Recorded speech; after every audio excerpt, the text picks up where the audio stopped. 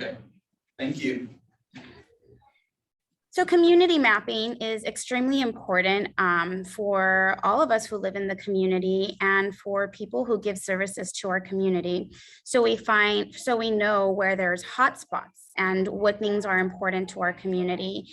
There's different websites and community mapping. An example can be healthycity.org. I don't know if you guys are familiar with that, but you guys can find things in your local zip code and map things that you are interested in, like where are there clinics, where are there schools, different things. There's also a lot of mapping around crime. So when there's a crime that happens in our zip code and a police report is taken, you can see in a map what was the crime and where in the community it happened. All these things are extremely important for us to know and look at the data and know where hotspots are in whatever we're interested in. So is there anybody who's interested in a certain subject that you can let me know, or I can share with you? For example, the crime map, like I just loaded one on right now. If I can share my screen. Can I share my screen, Mr. Cruz? So, yes. Okay. So I'll give you an example of one that I just found. Can you see this? Yeah. Okay. So this particular website tells us of crime that has happened in the local area. And it comes to us by date and the street. And it gives us like a little emoji of what has happened. So let's see. Hollenbeck is close to 6th Street, right? Yes. Yes. It's right across. And Soto.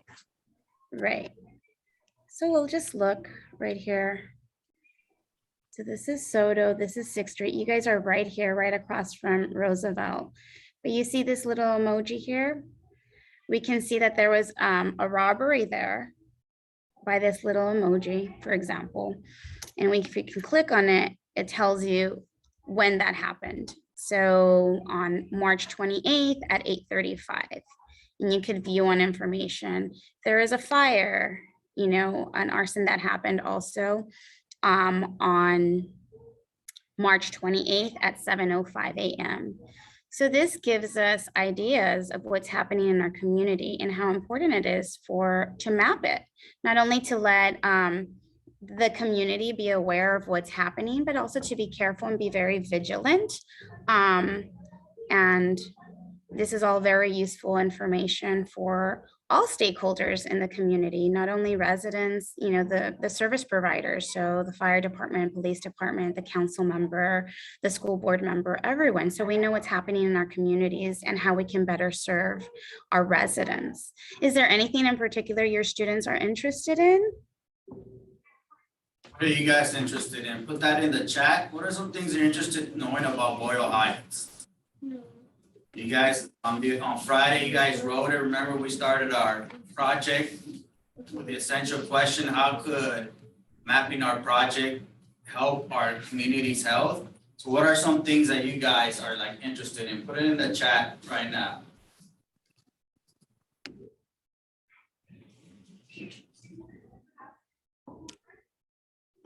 For the questions that you wrote the other day.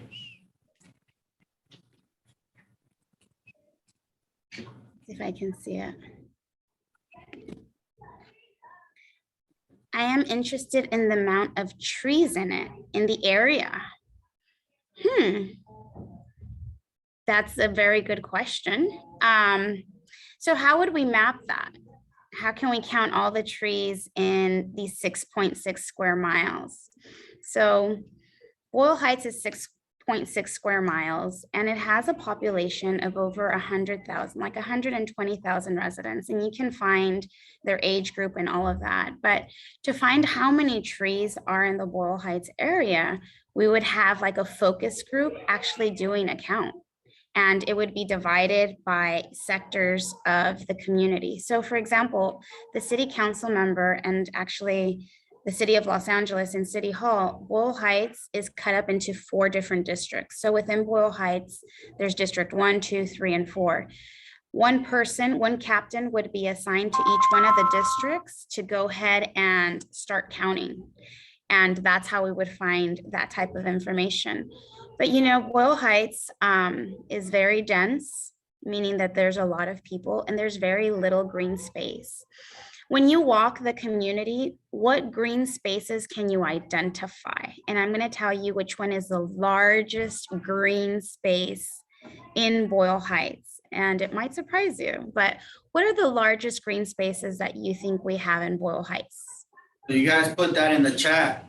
Yeah. Green spaces mean like, oh, trees and grass. Parks. Stuff like that. Parks. So you guys put how many, what are the biggest ones that you think you see when you walk around Boyle Heights? Write it in the chat. And then Miss Zamora, who's gonna run for school board, will answer it. Maybe she will answer like what her plans are if she does become a school board member for green space. Just put it in the chat. Where have you seen some green space? Is there a question? Yes. Is Hollenbeck part of Boyle Heights? Yes. There's no wrong answers. This is from your experience. You feel like your backyard, maybe your backyard. You have any questions? You could like talk to your elbow partner about it. Okay, so I'm reading a lot, Hollenbeck Park, right? That's one of our biggest green spaces. And it is. It's a park that has been there since the early 1920s. Just by, drop it in the chat, how many visit Hollenbeck Park? And on a scale from 1 to 10, how safe do you feel? 10 being very safe and 1 being not so safe. How safe do you feel at Hollenbeck Park? But Hollenbeck Park is a green space. So from 1 to 10, if I can just see in the chat, 7, 8, I see a 3, a 7, 6 to 8, an 8, 8 out of 10, 9 out of 10. Okay.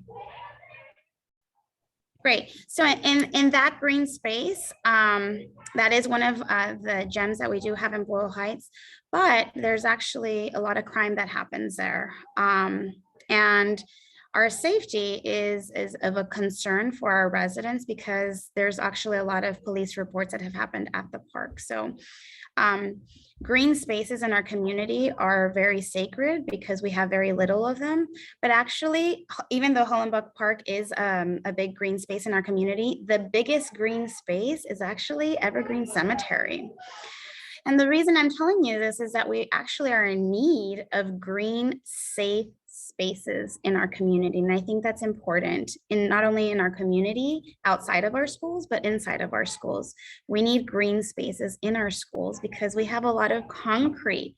And there's something about green space that helps our social emotional well-being. And those are one of the things that I always advocate for. So that's yes, Mr. Cruz.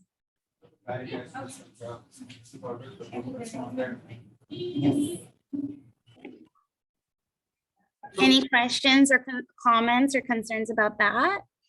Ms. Zamora, could I ask you this tough question? Sure. Running for school board, since our kids are really interested about green space, is there any policy on green space in schools that any stats that you have? Or so there can be policy for green space in our schools, meaning that a school board member can allocate funds to create green space and community gardens on our school sites. And that's extremely one of the forefronts that I think is very important for our students and for our staff too. I mean, everybody can use 5 minutes in a beautiful green space at our school sites. And I think that we need much more of them. and allocating funds to create them, to have a little space in our school sites where we can just take a deep breath from stress of studies or stress of grading paperwork. I mean, I think it's very, very important. That's something that a school board member can do, is allocate funds for green spaces in our schools. Thank you. Any other questions that you guys have? Do we write down the stuff we wrote down in the documents? Write down the question that you have right now. So if anyone has a question, write it down. So I see there's a whole lot of questions about homelessness. We're interested to see how many homeless we have in the area. You know, there's one day out of the year where they do a homeless count. It happens at Dolores. It's actually Dolores Mission is where all our volunteers come, and that's community members that are 18 and over come and sign up, and they're given maps of certain streets. And it happens from 6 p.m. to like 8 p.m.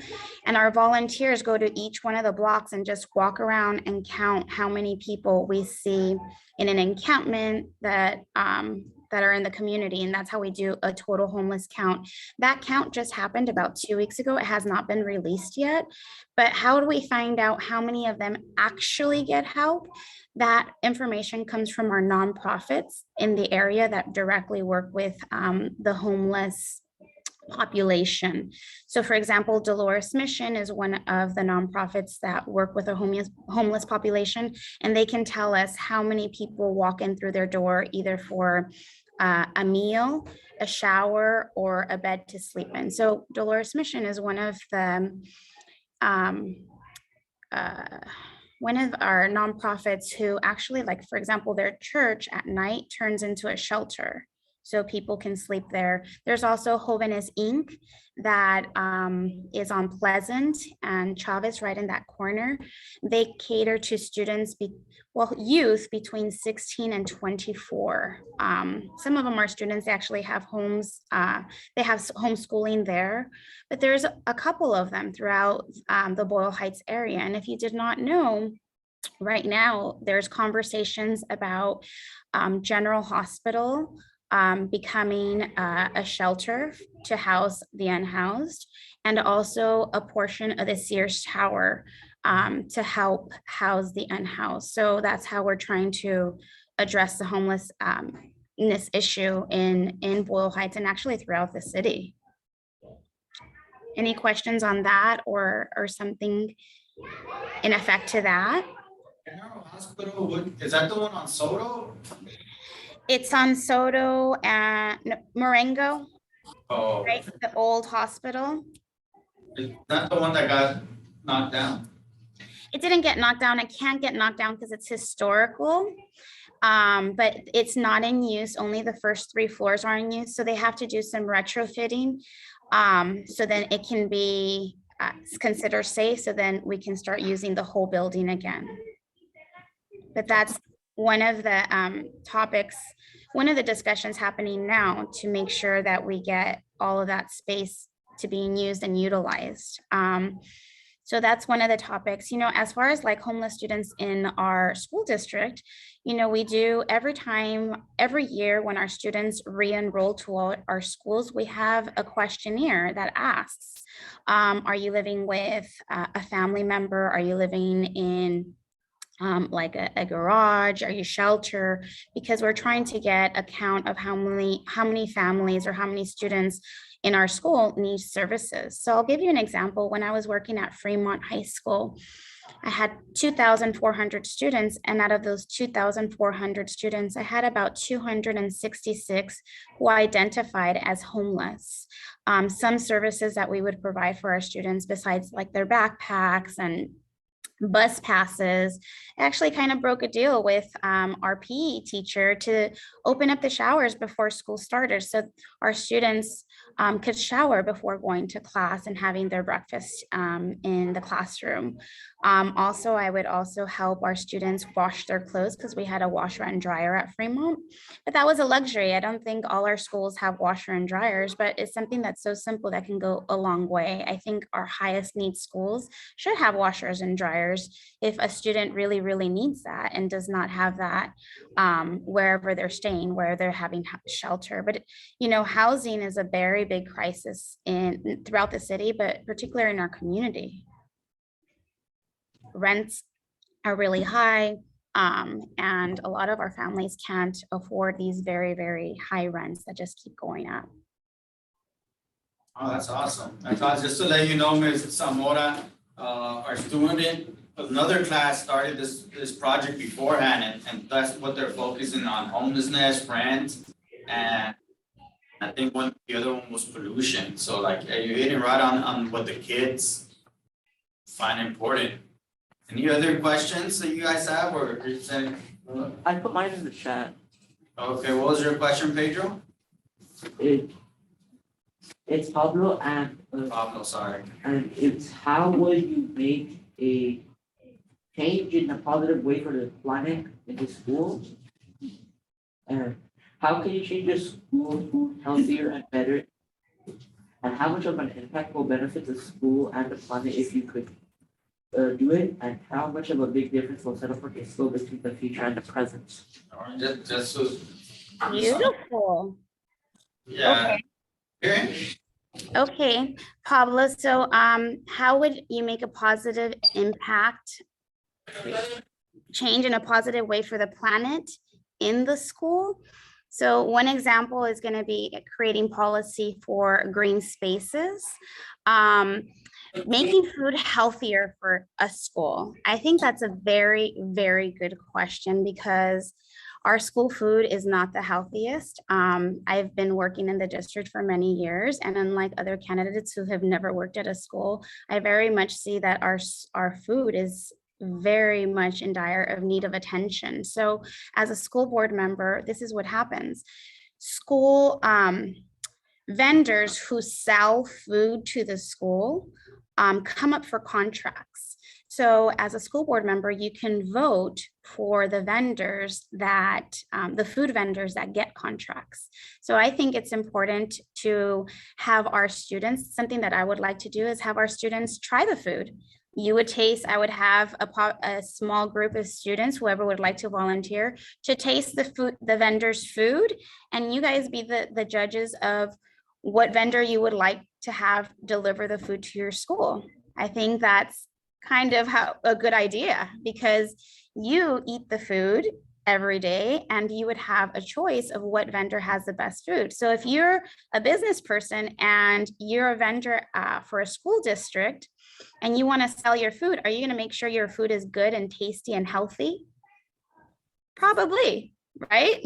So I think that we need to reevaluate our food vendors and make sure that we're getting delicious, healthy food, because I've seen where a lot of that food goes, and truthfully, it goes to the trash, and that's a lot of money that goes to the trash because all of that's money. Everything is money. The food that we buy for our school, our desks, our pen, everything, technology, all of that.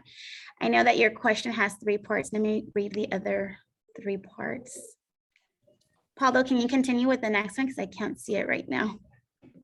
How much of an impact will benefit the school and the planet if you could change it? How much benefit? Environmental benefit? Yeah. So environmental benefits, I mean, I think that a great start is just to start those green spaces in our school. But also, for example, with combining our homeless encampment, talking about our homeless encampments in our schools, I very much believe that there needs to be a policy about trash around our schools, how our schools need to be maintained outside of the immediate school site, and about homeless encampments not being so close to a school site. Like There has to be a clear zone area, because I've seen many times, when I'm driving to work, actually where I'm at Ford Boulevard Elementary. I see how a lot of our students, they're walking to school and they're passing through the freeway underpass, and they actually have to walk on the street, not on the sidewalk, because there's so many encampments on the way going to school. I think those encampments that are near school sites need to be addressed immediately, because our future, our kids are seeing this on the way to school, are seeing this trash on the way to school. So policies that clear trash from our school sites, and homeless encampments, and address the issue, really address the issue. It's not like, okay, we don't have them here, we're going to have them at the park. It's like, no, that also affects our children and families. How do we get people housed and the help that they need, and really address the issue? I think that that's extremely important, and that's what's going to make the real impact in our schools and our communities. And I hope that someone in this class runs for office as well, because let me tell you, it's going to take people like me, like yourselves, who know the issues firsthand to run for office and create the policy change, because a lot of times elected officials do not live in our communities, and they represent our communities and don't know the issues. They don't know what it is to wake up in the morning to a parking ticket because there was no parking in the neighborhood, and you have to now pay $80 because you got home late from work because you're just trying to pay your rent. And there's no local, there's not a lot of local markets that sell really good, healthy food. There's trash everywhere. There's vandalism. There's a spike in crime. All of these things that we live and breathe every day. And it's going to take individuals like yourself, like myself, to be at the decision-making table. And how do you do that? Is you run for office, and you run for office unapologetically. You don't ask permission, because in politics there's a lot of things like, did you ask permission from the other politicians to run for office? It's like, no, I don't have to ask permission, because this is my community. And I hope that you guys are all inspired to run for office one day, because you guys are the future, and you guys are going to make the best changes and in our community, in our school systems. And with any other questions or something else you guys would like me to address? I have one more question. Go ahead, Pablo. Twins. Look, so just for like, he has a twin and they're both in their class. So. He has a twin? Yes, Pablo. Oh, so it's Pedro and Pablo. Okay. They're both, so I get mixed up. I'm sorry. Go ahead, Pablo. How much of a big difference will set up the school between the future and the present if you succeed in running for school board member?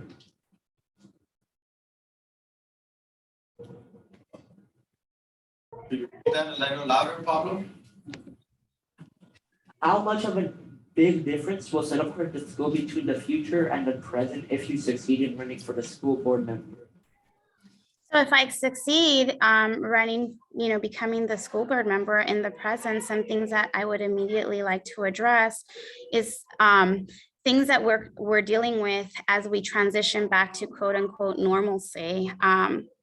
As a pupil services and attendance counselor, I know that a lot of students have been absent chronically throughout the school year, and that affects our academics. But people are absent for different reasons throughout this time.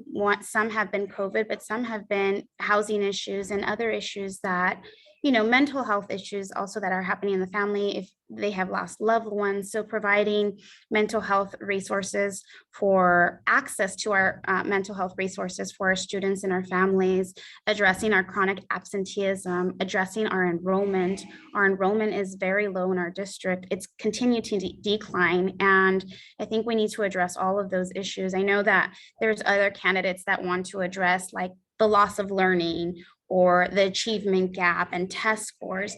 But honestly, if we can address Maslow's hierarchy of needs, which are basic food, shelter, and water, if we can address those things first for our students and families in our district, then we can't get to the achievement gap and the test scores and all of these things. And at the end of the day, like, what's really important, what do we really want our children to know?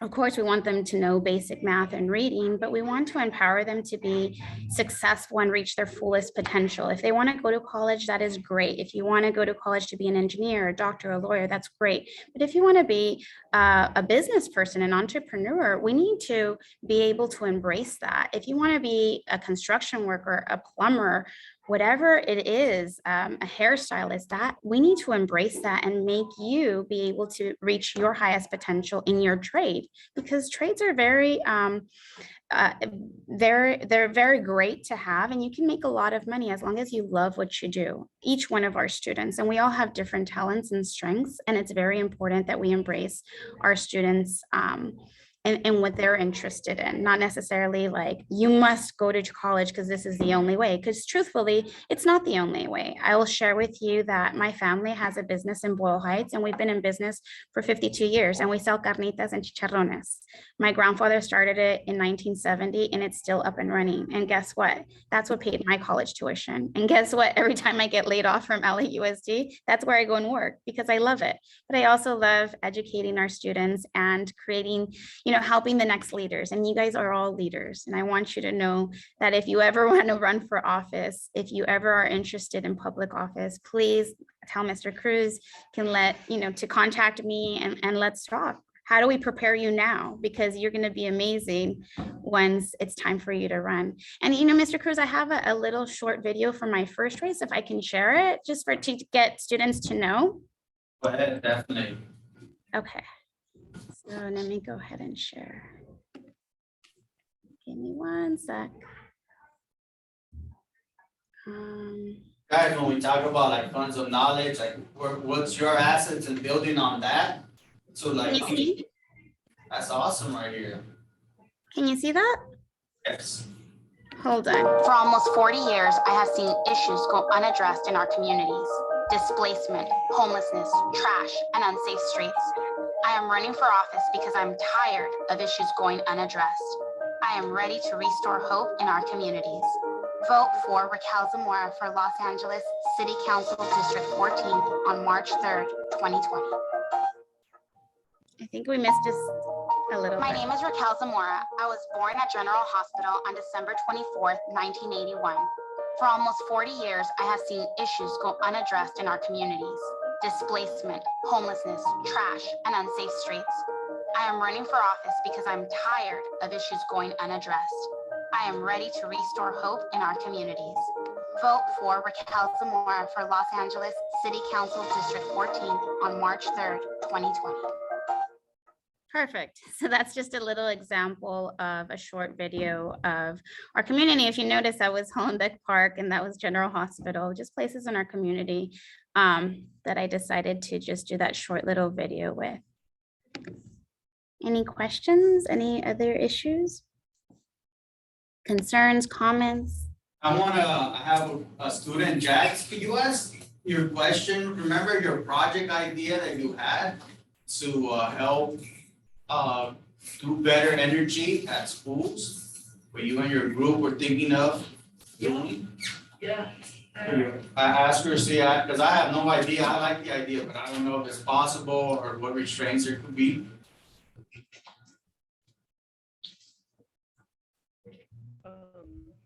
When I was making my project, me and my group thinking that we put solar panels on the school. Yes, that is an amazing idea. And I think that that's something that can come into fruition. So as a school board member, there's 7 board members in the board for the whole district, for the whole LAUSD. So when we come to vote before, transitioning our schools into solar efficient energy, we would have to vote on it, and it would take 7 votes for it to go. It would take a majority, right? So you would have to have over the 4 or 5 votes to be able to pass that. And my vote would be yes, because I think that we need to be more energy efficient at our school sites. A lot of our school sites are almost 100 years old or over 100 years old, if you did not know that. So we need to get our buildings up to par and be more energy efficient. So that's a wonderful idea, and I would definitely be in favor for it. Ms. Zamora, thank you so much. some of the things that you talked about are something that we've definitely discussing, like I told you.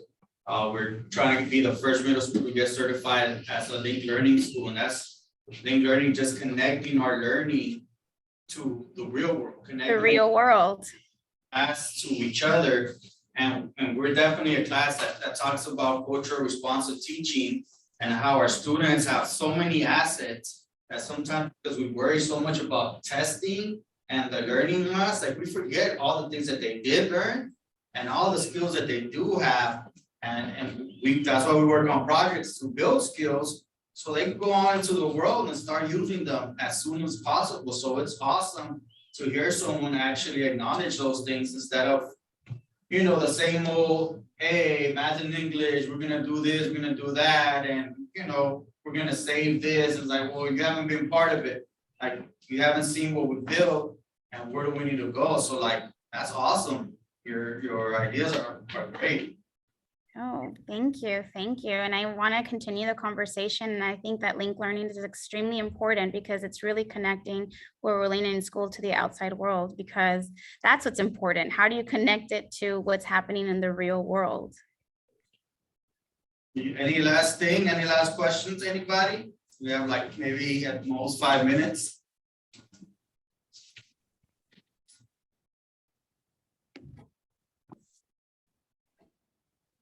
Pedro asked, are there any problems in the school district that you want to help with? So